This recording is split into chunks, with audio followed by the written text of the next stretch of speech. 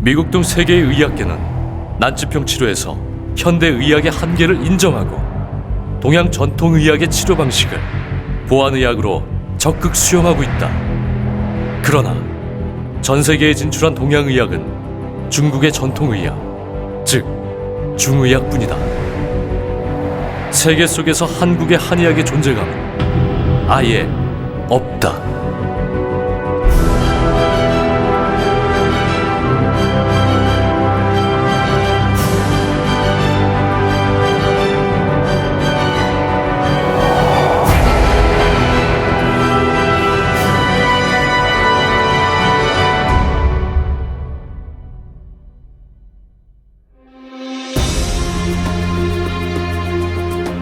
조선시대 우리나라 한의학 연구는 세계 최고 수준이었습니다. 세종 때 집현전의 의학 전문가들이 만든 동아시아 전통의학 백과전서인 의방육치, 우리나라에서 생산되는 약재에 관한 의학서인 향약 집성방, 그리고 조선의학의 표준을 세운 동의보감까지 조선의 3대 의서로 손꼽히는 이 세 책은 우리 한의학의 정신을 그대로 보여줍니다. 한국의 한의학은 동아시아 전통의학에서 으뜸이라는 평가를 받아왔습니다. 동의보감을 보고 중국인 능어는 천하의 보물이라고 말하였습니다. 그리고 일본인 원원통은 동의보감을 표준이 될 만한 교과서라고 설명하였습니다. 그러나 한반도의 일제의 침략이 본격화되면서 한의학은 변방으로 밀려나기 시작합니다.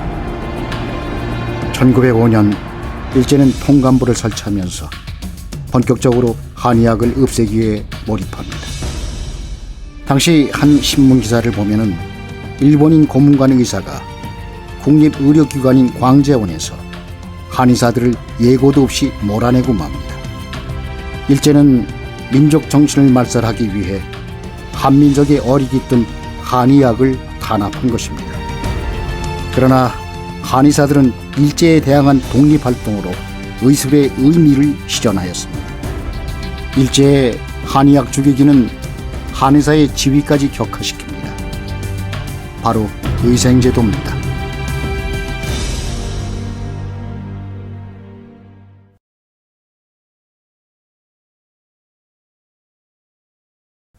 의생제도에서 사용되는 그 의생이라는 용어는 의사라는 용어보다 한 단계 아래입니다. 의사할 때 사자는 스승사자의 사가 있고 선비사자의 사가 있죠. 그런 여러 가지가 혼용돼서 사용되는데 의생할 때 생자는 스튜던트란 의미에서 생자를 사용한 것입니다.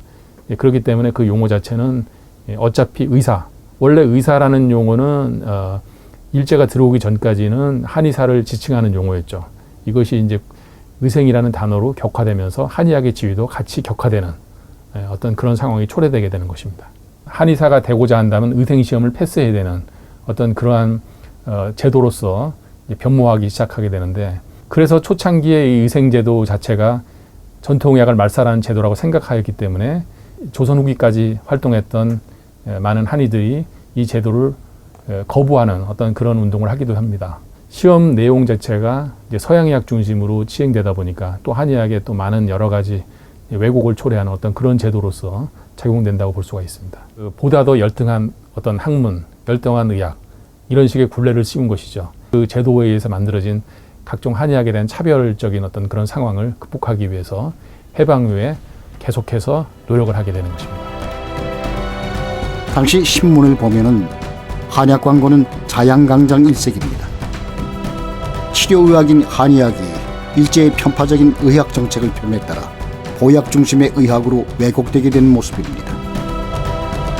알다시피 이 한의학은 수천 년 동안 한국인들의 어떤 풍토와 토양과 기후 속에서 우리 인체의 몸에 최적화된 하나의 전통적인 의료 치료 방식이고 보건 방식이었습니다. 그러나 일본 정부주의자들은 민족 우열론의 입장에서 한국인들을 열등한 민족으로 바라봤죠. 멸시하고 동시에 따라서 한국인들이 창조했던 모든 문화적 전통들을 그냥 야만으로 매도했습니다.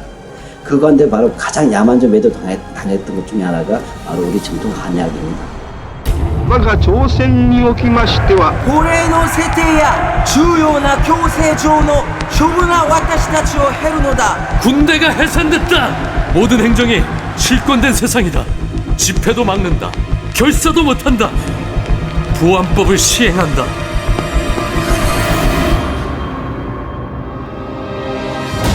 일제의 한의학 말살과 함께 일본의 탄압은 점점 거세졌습니다.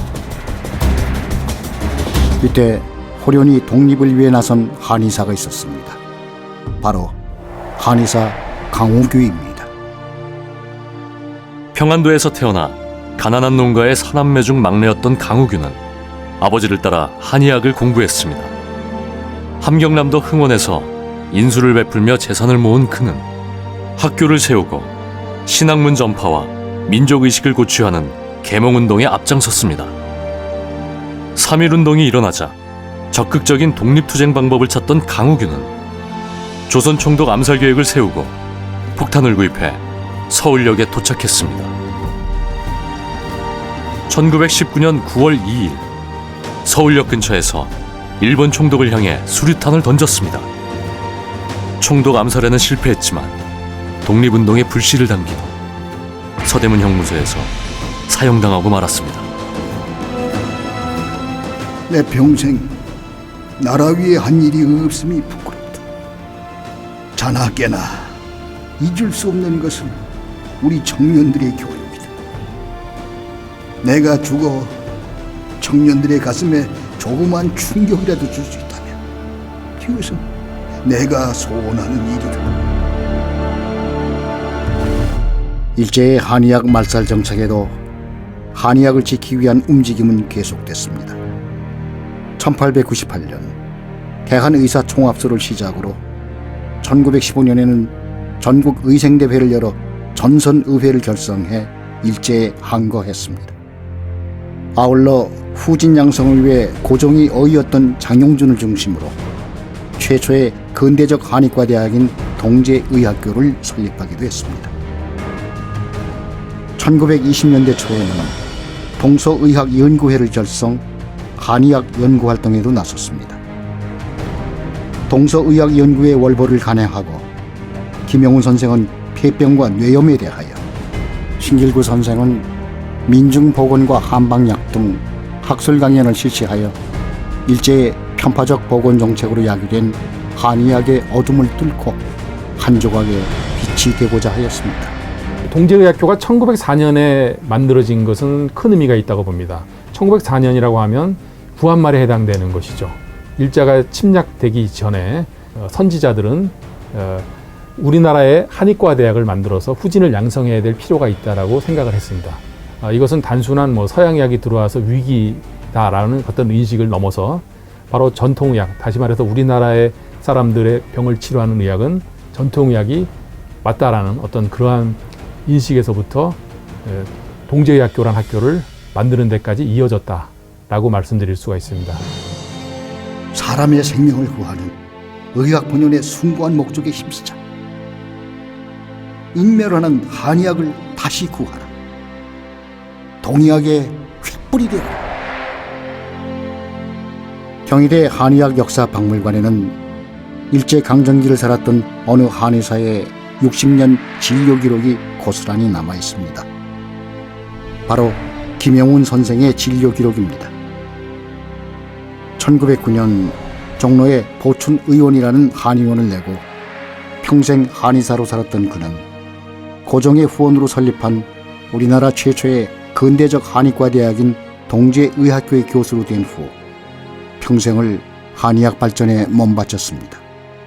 그의 유품을 보면은 환자 10만 명의 진료 기록과 처방전, 거의 대부분 국내에서 유일하게 남은 한의학 관련 학술 잡지, 그리고 동의보감, 제중심편 등 한국 의서들과 의학 인문 등을 비롯한 중국의 의서까지 참고해 실용적으로 쓰이도록 만든 청강의감과 수세현서가 남아 있습니다. 나라를 빼앗긴 것도 억울한데 의학마저 뺏길 수 없다는 자존심으로 살아온 시간의 기록입니다. 한의학은 우리 민족의 혼과 을이 담긴 학문입니다. 그러나 일제강점기를 거치면서 한의학 말살 정책 때문에 한의학은 왜곡되고 역사에서 사라질 위기를 겪기도 했습니다. 을사늑약 이후 선조들의 목숨을 건 희생과 노력이 있었기에 대한민국의 현재가 있습니다. 강복 70주년을 맞은 지금 우리 민족과 한의학은 같이 국제적 경쟁력을 가진 학문으로 발전시켜야 되겠습니다. 국민 여러분들의 많은 관심 부탁드리겠습니다. 해방 70년. 지금 우리 한의학은 잘못된 역사를 바로잡고 더 큰 세상을 향해 나아가기 위해 첫 발을 내딛어야 할 것입니다.